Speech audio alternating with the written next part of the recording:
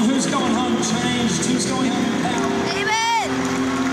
You know, just before we get to the word, never want to take it for granted and never want to get used to it. I've received something today too. But the reality is, it's all because God called a man and a woman to plant this thing called Planetshakers, and you and I get to benefit from it. But I don't want us to do that and take it for granted. So if we take this opportunity to honor Pastor Russell, Pastor Sam, for this amazing opportunity. Planetshakers, you can do a lot better than that. Come on, would you lift your voices? Would you honor them? Thank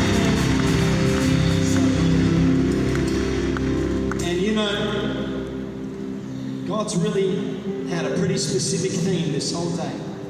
Reality is I'm preaching something pretty much the same as what Pastor Russell and Pastor Sam did. But I want to speak to you in these last few moments of this Planetshaker conference on the topic. Bakit ikaw yung huli? All.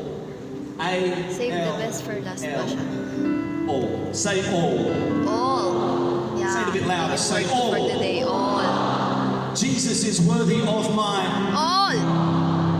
Jesus gave his all on the cross. That is really my word for today. Tonight we're going to give him our all. Really? You know, in the Bible, a story that Pastor Sam mentioned before, in John chapter 4 and verse 7, it's the story of when Jesus is having this conversation with a woman at the well.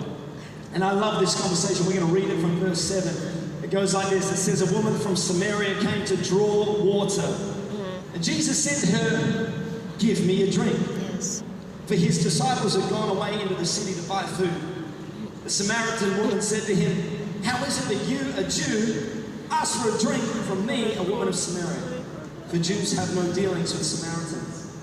But I love this bit. Jesus answered her, if you knew the gift of God and who it is that is saying to you, give me a drink, you would have asked him and he would have given you living water. Somebody say living water. Living water. Jumping down to verse 13. Jesus said to her, everyone who drinks of this water will be thirsty again. But whoever drinks of the water that I will give him will never be thirsty again. Amen. The water that I will give him will become in him a spring of water, welling up to eternal life. The woman said to him, sir, give me this water so that I will not be thirsty or have to come here to draw water. And Jesus said to her, go, call your husband and come here. This is where it gets a bit awkward. The woman answered him, I have no husband. Jesus said to her, you are right in saying, I have no husband, because you have had 5 husbands, and the one you have now is not your husband. What you have said is true. Everybody say, ooh. Ooh. The woman said to him, sir, I perceive that you are a prophet. Everybody say, yeah. Yeah. Jumping down to verse 23, Jesus said this, the hour is coming and is now here when the true worshippers will worship the Father in spirit and truth. For the Father is seeking such people to worship him. Amen. This has been a topic all day.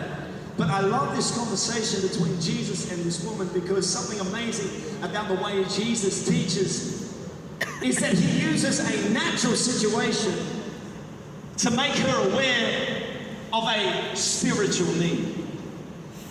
He's having a conversation with her about water, but how many know it's not really about water? He's having a conversation with her about this well, but it's not really about that well. He's trying to make her aware, and he's saying, hey woman, you know how you've come out here to this well to take a drink, to answer a natural need that you have. Just the same way your thirst has drawn you out here, but it doesn't quench your thirst for very long, and you have to keep coming back. And then he takes it a step deeper and he says, and you know how you've had 5 husbands? Because you keep looking to these natural things to answer a spiritual need. In other words, what he's saying is perhaps what you're really after, perhaps what you're really thirsty and hungry for, perhaps what you're really in need of It's not something that a natural thing can answer. What you're really in need of is an encounter with me. Amen. Amen. Amen. Perhaps Jesus today in this last session of Planetshakers conference is saying to some of us here in this place, it's about time you stop looking to those natural things to answer that spiritual need in your life.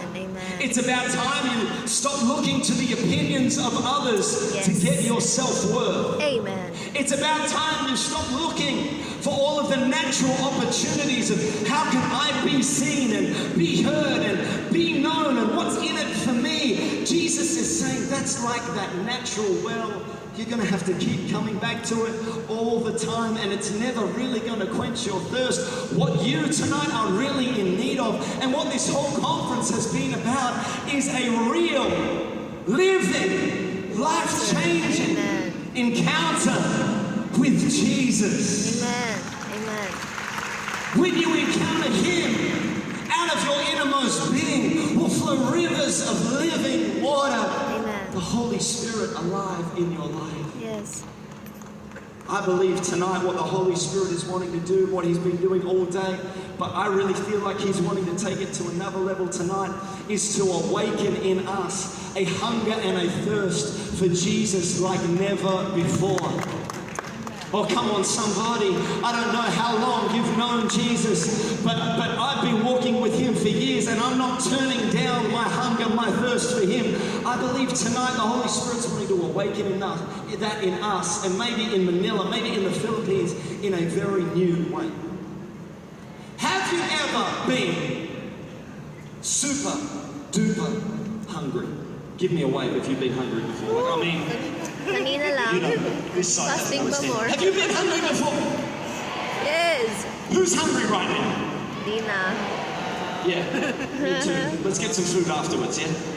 But I'm talking about the kind of hunger where it feels like your stomach is eating itself. Do you know what I mean? Yes. User. When I used to come home from school as a teenager, I felt like I would barely make it through the front door. I was so hungry. I felt like my stomach was eating my liver, and my liver was eating my spleen, and everything inside of me was munching on everything inside of me. I was so hungry. I like to play a game. I've fasted for long periods of time in my life before. I'm so spiritual. Wow. But I fasted for long periods of time to seek God. And the first few days of fasting, I get so hungry. Who gets a little bit angry when they're hungry? Come on, it's See, normal. I'm preaching to the choir over here. Do you get a little bit impatient? And you're just like, hungry.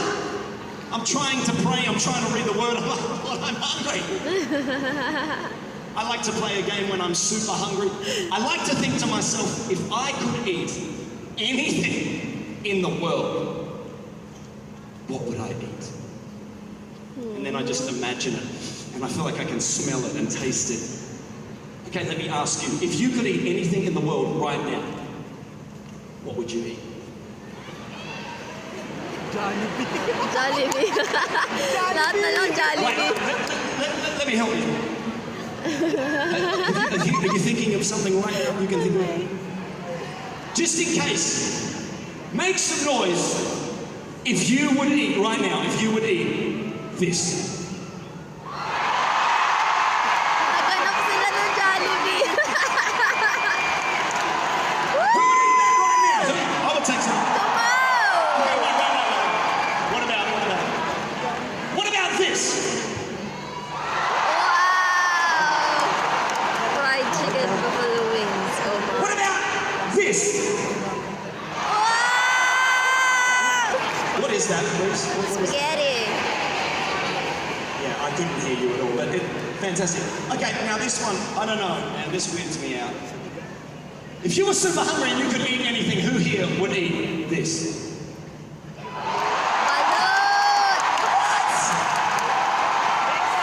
Come on, that's balut. I've never tried that, no. You should try that one. Come on, Andy. I don't mean any disrespect, no.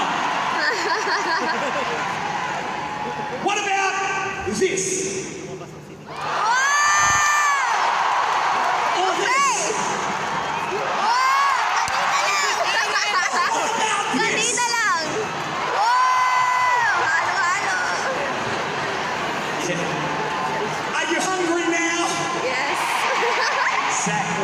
Some of you are like, all right, hurry up and preach, man. We've got to be done. Here's the problem with being hungry, as I've just demonstrated right now. Once you're hungry, I've noticed this about being hungry or thirsty. Hunger has a way of getting your attention, doesn't it? Yes. It has a way of getting your attention, and once it's got your attention, it's very hard to think about anything else. Your mum might be yelling at you, but instead of sounding like, it sounds like this. I know this. Have you ever been in school trying to solve a math problem, but you're hungry? Come on. It's like, Andy, what's 2 plus 2? And I'm a hamburger? It's so hard to think about anything else once you're hungry. Why? Because hunger distracts you from everything else. Yes. The things that once had your attention, they don't get your attention once you're hungry. The voices that would have distracted you, they don't have the opportunity to distract you anymore once you're hungry. Why? Because there's a louder voice on the inside of you than the voices on the outside of you. I think the Holy Spirit wants to awaken some hunger in this place tonight so that you would be distracted for Jesus. So when the voice of the enemy comes at you and tries to discourage you and tries to tempt you and tries to distract you, you're not distracted by the voice on the out because there's a louder voice on the inside of you. Sorry, I can't even hear you. I'm too hungry for Jesus. If you're hungry for Jesus in this place, make some noise.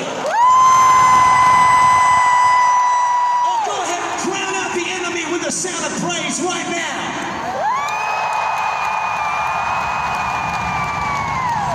Come on, when he's trying to distract you, when he's trying to tell you, that encounter with Jesus wasn't real, you got to drown him out with the sound of your hunger. Hunger distracts you. Here's another thing about hunger that I've noticed. Hunger wakes you up. Now, this is very real to me right now because on a personal note, Pastor Russell mentioned it, but yesterday, 3 weeks ago, my wife gave birth to our very first child. Congratulations. Her name is Joy. This is a picture of her. Can I see? Oh, you're cute. Somewhere. Is it there? Is she there? Yes. I miss her so much. She's so cute. When she's quiet.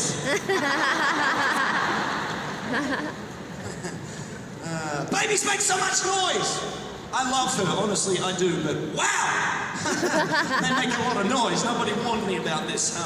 You thought I came to the Philippines because I came here to get some sleep. I miss my baby very much, Joy, or LJ for short. But anyways, here's the thing I've noticed. It's crazy because one moment she can be fast asleep, a little angel baby, and the next moment, what just happened? What happened to my sweet little quiet baby? I don't know what happened. I don't know how it happened. I don't know what triggered it. But her hunger woke her up. Yes. Something on the inside of her told her tiny little baby body that you need to survive, girl. Yeah. So you need to wake up right now because you need to feed. And the only way you know how to get food is to go, wah! Hunger has a way of waking you up. Now let me prophesy to you for a moment because I believe that Holy Spirit right now in this moment wants to wake some people up with hunger for Jesus. Let me prophesy to some churches. It's time to wake up out of apathy. It's time to wake up out of religion. Let me prophesy to some young people. It's time to wake up out of distraction, out of temptation, out of sin. Now in 2020 is the time to wake up and get hungry for Jesus. We've wasted enough time. Now is your time to wake up. Hunger wakes you up. Easy. Hunger drives you. The thirst, this woman drove her out of town to get to this well. Hunger has a way of driving you. Why? Because hunger that stays still gets nothing. You can feel hungry all you want, but if you don't move, if you don't respond, if you don't leave your position, then you're going to stay hungry. And I want to tell you tonight that we can be hungry for Jesus all we want, but we've got to be people who respond to him. We've got to be people who are willing to get uncomfortable, to be used by him. We've got to be people that press through. Hunger drives him. Amen. The thing I love is that hunger is contagious. Isn't it funny? All I had to do was show you some pictures of your favorite food, and all of a sudden your tummy began to rumble.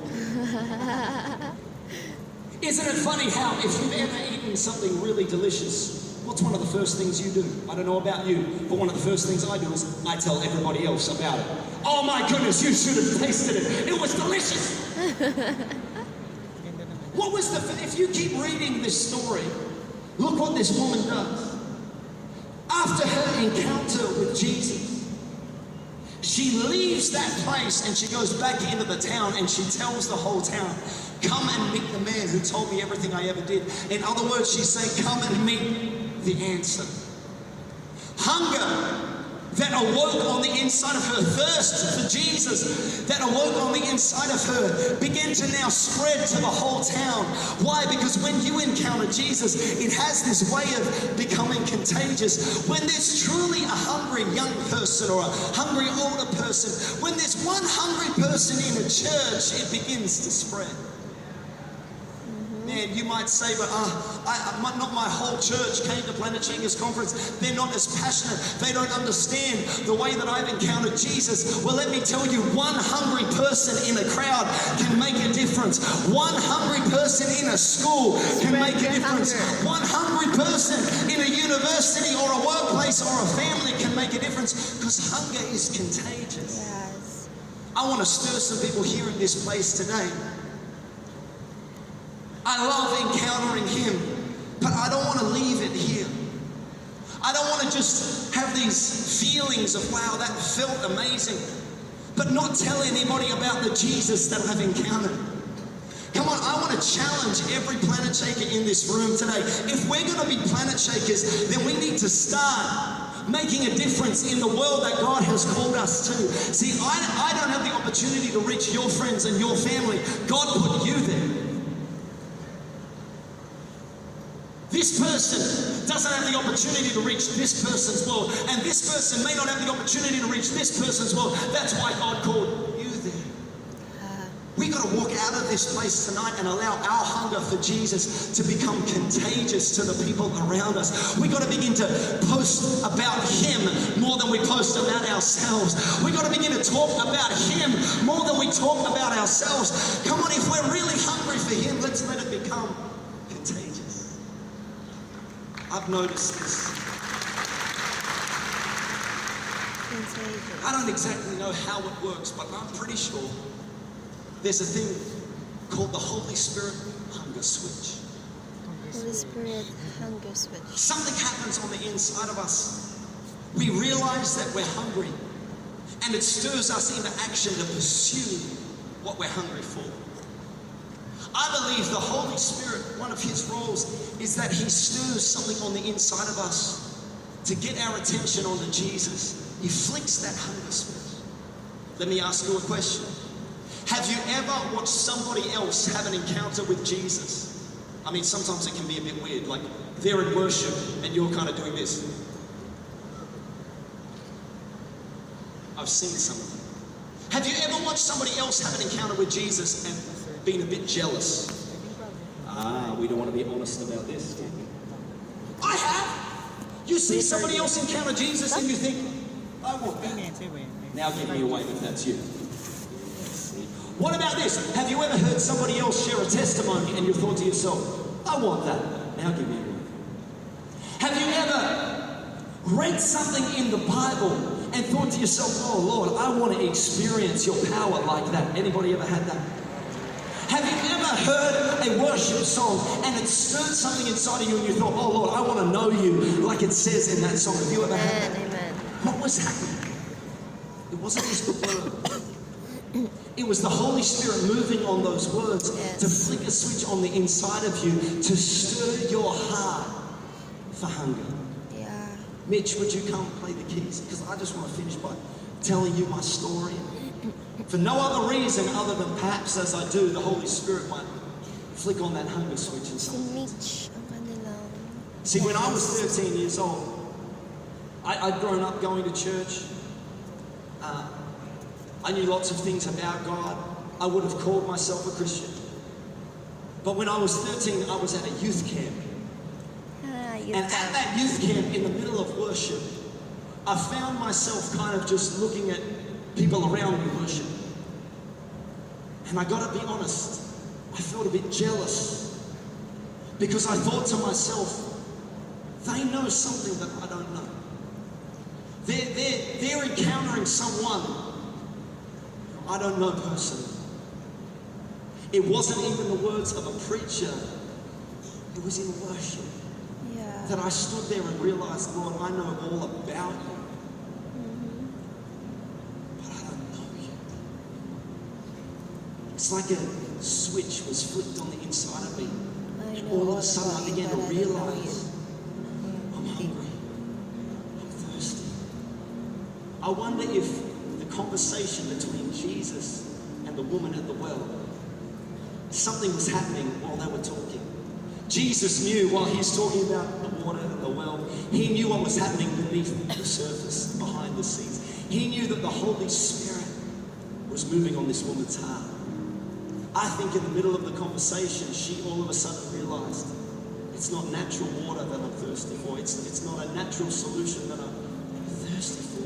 I think there was a moment when she went, oh, Jesus, it's you that I've been longing for. It's you that I've been needing. And just like that woman, as a 13-year-old kid standing in worship, I went, Lord, I don't want to live for myself anymore. This needs to be more than religion. I know that I need you to forgive my sins and give me a new start. I want to live for you. Jesus, it's you that I've been needing. I got this sense in my heart in that worship time. I think this is why I'm alive, is to know you. I think this is why I've been put on the planet, Lord, is just to pursue you and hunger after you and thirst for you. I think that is why you made me.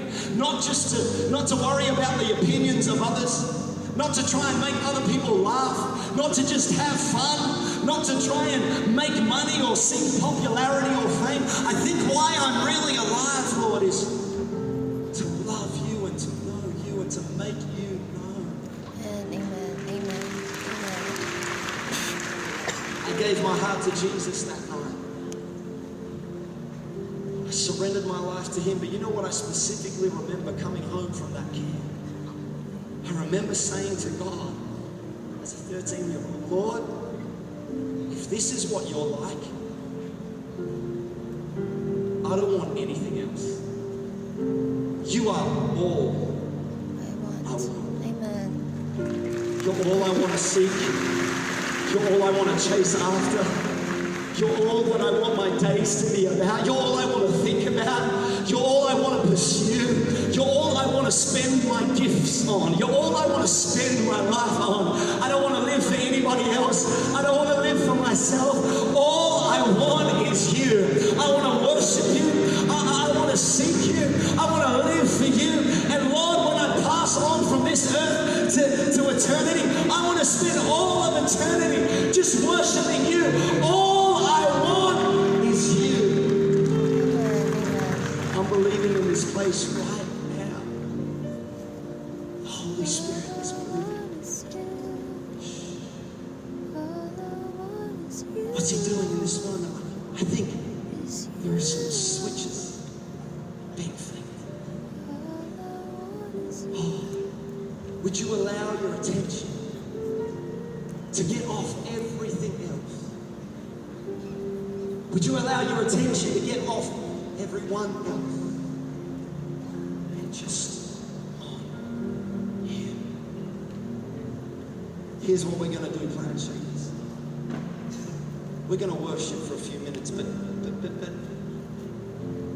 how would you worship if you just didn't care about what anybody thought of you?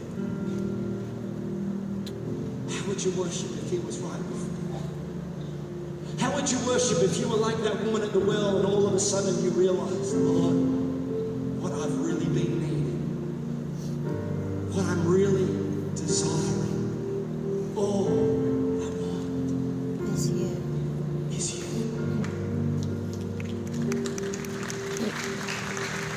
If you want to worship like you've never worshipped him before, would you just stand to your feet?